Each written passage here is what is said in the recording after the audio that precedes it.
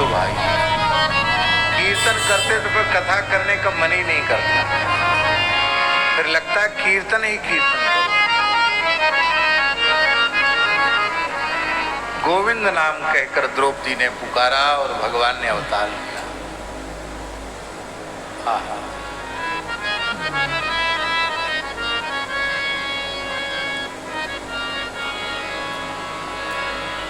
उत्तरा की भक्ति द्रौपदी से श्रेष्ठ कैसे? द्रौपदी को प्रेरणा देनी पड़ी, कृपाचार्य ने दी प्रेरणा, और पहले द्रौपदी ने इधर उधर देखा, बाद में भगवान का आश्रय लिया। पर उत्तरा के गर्भ पर जब अश्वत्थामा ने ब्रह्मास्त्र का प्रयोग किया, उसमें कोई पांडव वनवास जैसी परिस्थिति में नहीं है। युधिष्ठिर चक्रवर्ती सम्राट है, पांडवों पर कोई संकट नहीं। उत्तरा के ऊपर संकट आया था तो सबसे पहले अपनी सासू माँ द्रौपदी को कहती कि माँ मुझे बचाओ, अथवा अपनी ददिया सास कुंती से कहती कि मुझे बचाओ, अथवा अपने ससुर अर्जुन से कहती मुझे बचाओ,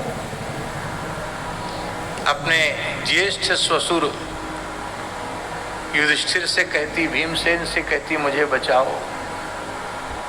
पर धन्य है उत्तरा ने किसी की ओर नहीं देखा, केवल एकमात्र श्री कृष्ण की ओर देखा। इसलिए जिसका आश्रय जितना अधिक सुदृढ़ है वह उतना ही श्रेष्ठ भक्त है। अन्याश्रय जिसका जितना कम है वह उतना श्रेष्ठ भक्त है। तो उत्तरा में अन्याश्रय का लेश मात्र भी नहीं, केवल कृष्णाश्रिता है। इसलिए भगवान ने उत्तरा के गर्भ में प्रवेश किया। आप सोचो, देवकी के गर्भ में प्रवेश किया भगवान ने तो कितनी तपस्या देवकी ने की होगी। कौशल्या के गर्भ में प्रवेश किया, कौशल्या ने कितनी तपस्या की होगी। यशोदा ने कितनी तपस्या की होगी।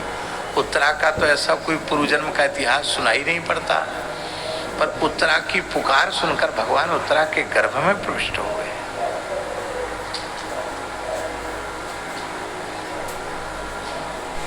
कहते ने सहोदर भ्राता,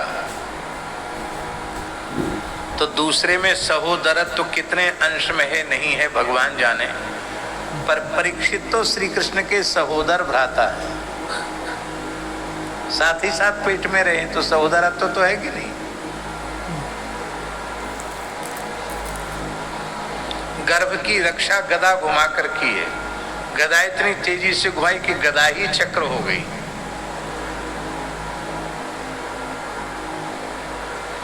रक्षा क्या की, इतने समय तक ठाकुर जी अपने भक्त की परिक्रमा करते रहे।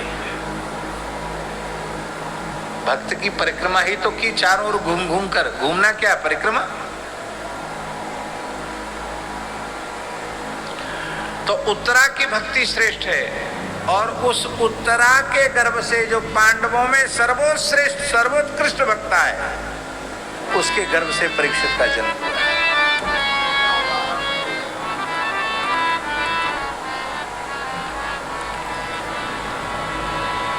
सृष्टि में सर्वाधिक भाग्यशाली भक्त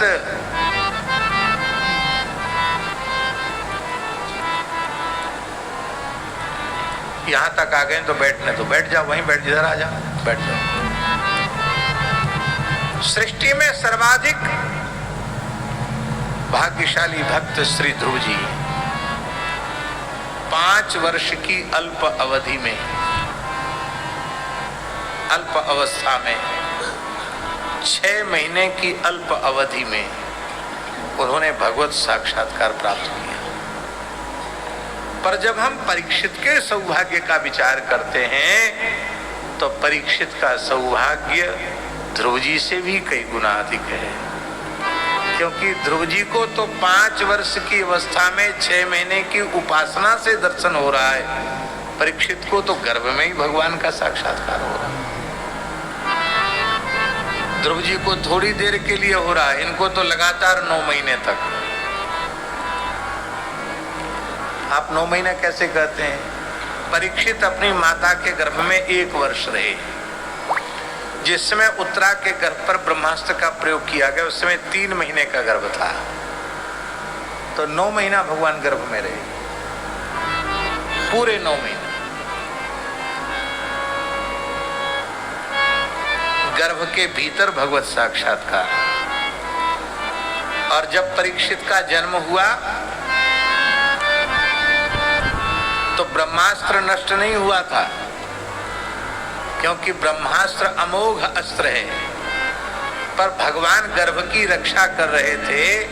एतावता ब्रह्मास्त्र का प्रभाव गर्भ पर नहीं हुआ, पर जन्म होते ही ब्रह्मास्त्र का प्रभाव हो गया और उस ब्रह्मास्त्र के प्रभाव से परीक्षित की मृत्यु हो गई। जन्म लेने के बाद परीक्षित की मृत्यु हो गई। महाभारत में लिखा है, आप ठीक से पढ़ते नहीं। परीक्षित मृत बालक पैदा हुआ है यह जान करके उत्तरा करुण क्रंदन करने लगी, प्रभु मैंने आपका आश्रय लिया था, ये क्या हुआ?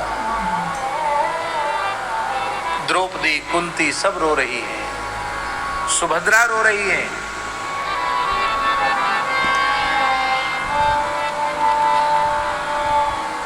सबकी सब रो रही है।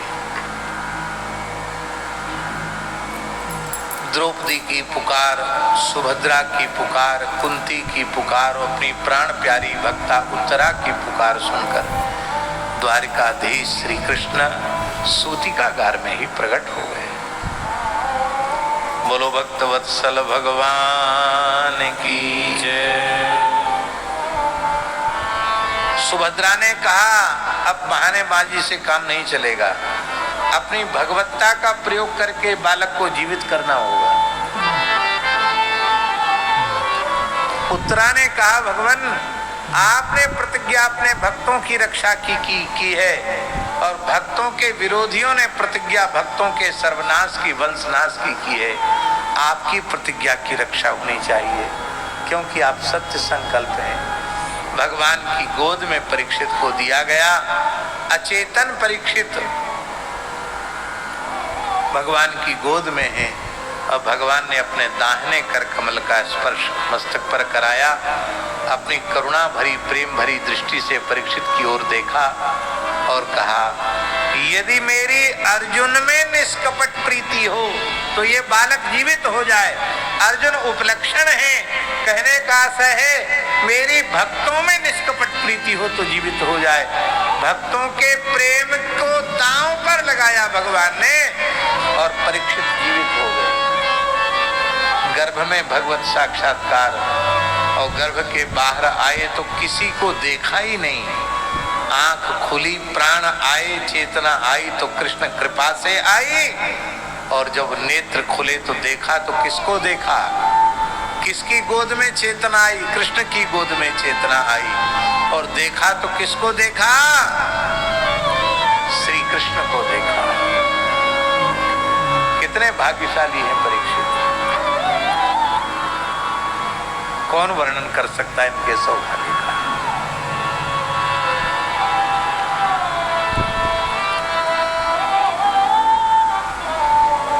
जिन चितए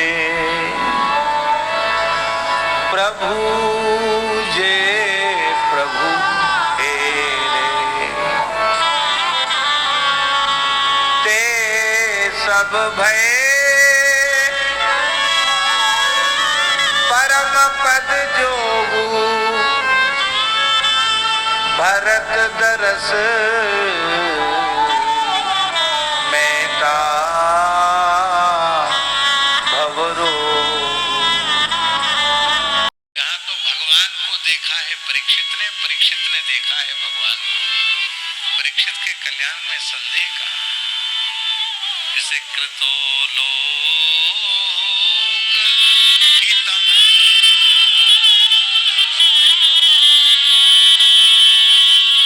अब इतने विवेचन से आपको सुस्पष्ट हो गया होगा कि परीक्षित को अपने कल्याण के लिए कथा सुनने की बिल्कुल जरूरत नहीं, वो जीवन मुक्त है। पर हम लोग तो नहीं है ना, हम लोगों का प्रतिनिधित्व, जीवों का प्रतिनिधित्व आचार्य करते हैं। श्रवण भक्ति के आचार्य हैं श्री परीक्षित जी महाराज, हम जीवों का प्रतिनिधित्व कर रहे हैं। यदि परीक्षित ने यह प्रश्न न किया होता तो हम लोगों को एक सप्ताह पर्यंत भागवत की कथा सुनने को कैसे मिलती। तो पहला कारण तो समझ गए, पहला कारण भक्त वंश में अवतीर्ण है। दूसरा कारण भीतर भी गर्भ में साक्षात्कार, गर्भ के बाहर साक्षात्कार। तीसरा कारण उस समय के जितने ऋषि मुनि महात्मा हैं सब गंगा तट पर बैठकर एक ही संकल्प कर रहे हैं, जब तक परीक्षित को श्री कृष्ण चरण कमल की परिपूर्ण रूप से प्राप्ति नहीं हो जाएगी तब तक हम अपना चिमटा यहीं गाड़ कर बैठे रहेंगे, तब तक हम उठेंगे ही नहीं। महाराज जी, किसी एक अधम से अधम, पापिष्ठ से पापिष्ठ, मलिन से मलिन जीव के कल्याण का संकल्प कोई एक महापुरुष कर ले, महापुरुष कर ले। हम जैसे रोटी राम नहीं, खाए सोए ऐसे नहीं। वस्तुतः जो संत हैं, भगवान के प्रेमी अनुरागी महापुरुष हैं, यदि किसी अधम से अधम जीव के कल्याण का संकल्प कर लें और वह जीव सर्व साधन शून्य हो तो भी उसे नित्य गोलोक की प्राप्ति होगी होगी होगी, इसमें संदेह नहीं। बस वे हृदय से संकल्प करें, इस जीव का कल्याण होना चाहिए।